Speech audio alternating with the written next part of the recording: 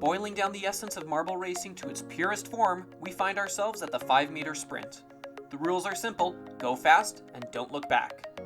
There were a number of close runs requiring photo finishes this year, and there was a renewed sense of speed across the board, highlighted by multiple broken records. This is the Marble Report. For marbles, the 5-meter dash is basically a bodybuilding event. The competitors work all year on sculpting the perfect physical form. All marble shapes are beautiful, but only one stands alone as the most desirable for going down hills rapidly. They all strive for one thing, as unattainable as perfection might be: the perfect sphere. Flawless, with neither scratch nor bump, the perfectly engineered Go Speedy machine. Then the event comes along and everyone gets to strut their stuff. Just get a decent start out the gate, keep off the walls, and roll baby roll. Across the board there was a marked improvement over previous years. There were a total of 5 runs that actually managed to best the long-standing Marble League record, which had actually stood since 2015. This included an incredible final race, which saw 3 of the 4 competitors all pass the original record. Coming into this event, Mellow Yellow had a lot of reasons to be optimistic, having won the event in both 2017 and 2019. Let's see how they looked out the starting gate.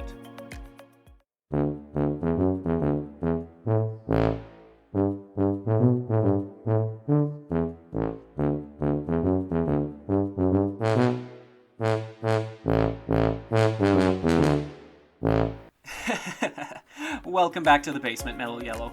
Don't worry, the ducks didn't touch any of your stuff. The Bumblebees got out to a promising start in that same heat, but choked down the stretch as the speed proved too much for Bomble.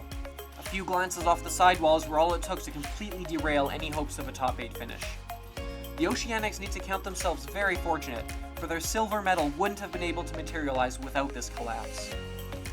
Joining Mellow Yellow at the bottom of this event were the Hornets, who took a good early lead out of the gate, but got bouncing back and forth early, and fell hard and fast.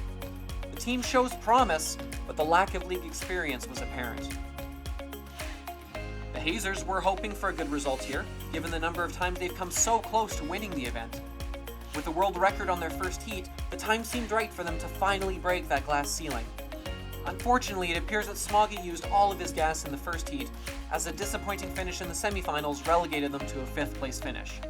This was despite having a time significantly better than the qualifying Raspberry Racers, which is sure to turn the discussion once again to the controversial advancement format for the event.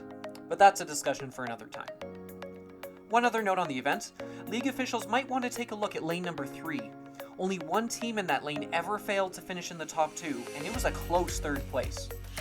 Obviously, we're dealing with a small sample size of races, but the numbers certainly warrant at least some kind of investigation from the JMRC.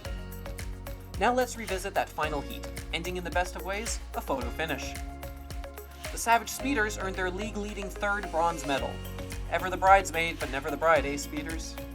They move up 1 position to 7th in the overall standings. The Oceanics continue their amazing late-season surge. After the slap in the face that was the triathlon, they have astoundingly turned it around with their 2nd consecutive medal, and even walked away from the event with a new Marble League record. Say what you want about the Minty Maniacs, but being a fan of theirs is certainly a wild ride.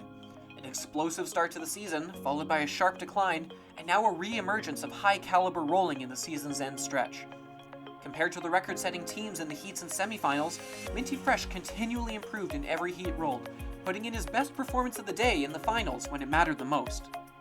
After 10 events, the Minty Maniacs have given themselves a bit of a cushion at the top, but there are still lots of events to go, and there are a number of teams that could still be reasonably considered to be in the running. That's all the news for today. This has been the Marble Report.